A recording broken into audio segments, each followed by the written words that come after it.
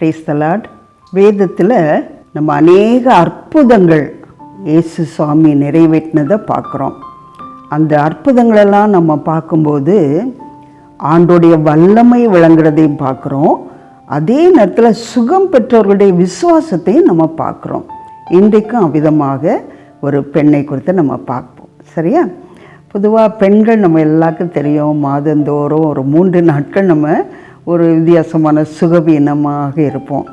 அது ஒரு சிலர் ரொம்ப கஷ்டப்படுவாங்க. ஆனால் 3 days ஆர் 7 days அதோடு சரியாயிரும். மீதி நாட்களாக நம்ம ஃப்ரீயாக இருப்போம். ஆனால் இந்த பகுதியில் சொல்லப்பட்ட பெண்ணை குறித்து என்ன சொல்லிக்குன்னா, 12 வருடங்களாக அந்த பெண் பெரும்பாடுள்ள பெண்ணாக வாழ்ந்தாளாம். எங்கே வாசிக்கிறோம்? மார்க்கு 5ஆம் அதிகாரம் 21 அப்படியே நம்ம பார்க்கும்போது, ஒரு ஜெபாலய தலைவனுடைய மகள் மரித்து போகிற நிலைமையில் இருக்கும்போது எங்கள் வீட்டில் சுகப்படுத்துங்கன்னு சொல்லும்போது ஏசாமி அவனோடு கூட அதை திரள் கூட்ட ஜனங்களோடு போயிட்டு இருந்தாங்கன்னு சொல்லுவாங்க. அது இடையில இந்த பெண் வர்றதை நம்ம பார்க்குறோம். 25வது வசனம், அப்பொழுது 12 வருஷமாய் பெரும்பாடு உள்ள ஒரு ஸ்திரீ அநேக வைத்தியர்களால், ஒரு டாக்டர்கிட்ட போனால் கிடைக்கல, ஓகே செகண்ட் ஒப்பீனியனுக்கு இன்னொரு டாக்டர்கிட்ட போகலாம், இன்னொருத்தவங்க சொல்லாங்க அந்த டாக்டர்கிட்ட போங்க உங்களுக்கு சரியாயிரும், இப்படி அநேக வைத்தியர்களால் மிகவும் வருத்தப்பட்டு தனக்கு உண்டானவைகளை எல்லாம் செலவழித்தும், உள்ள கழுத்தில் போட்டிருந்த தங்க சங்கிலியை கூட கலத்தி அவள் செலவழிச்சிருப்பா. சற்றாகிலும் குணமடையாமல், கொஞ்சம் கூட இம்ப்ரூவ்மெண்ட் இல்லை. செலவில் நம்ம சொல்லுவோம்ல, அவர் கொடுத்த மாத்திரை போட்டால் கொஞ்சம் பரவாயில்ல, முற்றிலுமாக சுகாட்டா கூட கொஞ்சம் பரவாயில்ல, ஆனால் சற்றாகிலும் குணமடையாமல். இந்த நாட்களில் பெண்களுக்கு அது சௌகரியமாக இருப்பதற்கு நிறைய விதமான காரியங்கள்லாம் நம்ம யூஸ் பண்ணுறோம். அந்த நாட்களை யோசித்து பாருங்கள், இப்படிப்பட்டதுனாலாம் இருந்துக்கவே செய்யாது. அப்போ அந்த 12 வருஷமாக அவள் அவ்வளோ வியாதியாக இருக்கும்போது 27வது வசனத்தில், இயேசுவை குறித்து கேள்விப்பட்டு நான் அவருடைய வஸ்திரங்களையாகிலும் தொட்டால் சுஸ்தமாவேன். ஏன்னா அந்த நாட்களில் நிறைய சாட்சிகள் அவள் கேட்டுப்பா, அவருடைய வஸ்திரத்தை தொட்டு எனக்கு சுகமாகி விட்டது என்று சொல்லி. இப்போ இவள் தீட்டுன்னு சொல்லி எல்லாரும் அவளை ஒதுக்கி வச்சுருந்தாங்க. அவளை பார்த்த உடனே சில வேளை அந்த குஷ்டரோகிகள் மாத்திரமல்ல, இப்படிப்பட்ட வியாதி உள்ளவர்களும் தங்களை தீட்டுன்னு சொல்லி வைத்து கொள்வாங்க. எல்லாரும் அவளை அப்படி தான் அனுசரிப்பாங்க. ஆனாலும் பயப்படாமல் அவள் அந்த ஜன கூட்டத்துக்குள்ளே அவருக்கு பின்னாக அவருடைய வஸ்திரத்தை தொட்டாள்.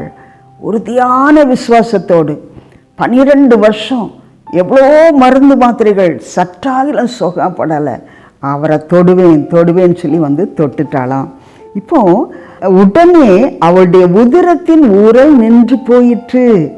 அந்த வேதனை நீங்கி ஆரோக்கியம் அடைந்ததை அவள் தன் சரீரத்தில் உணர்ந்தாள். உடனே ஆண்டவரும் கேட்குறாரு, என்னிடத்திலிருந்து வல்லமை புறப்பட்டது, என்னை தொட்டது யார்? அப்போ அந்த சீஷல் சொல்கிறாங்க, இவ்வளோ திரள் கூட்டம் இருக்கும்போது என்னை தொட்டது யாருன்னு சொல்லி கேட்குறீங்களே, அது எப்படின்னு சொல்லும்போது அவள் நடுங்கி அவர் முன்பாக விழுந்து உண்மையெல்லாம் அவருக்கு சொன்னாள்.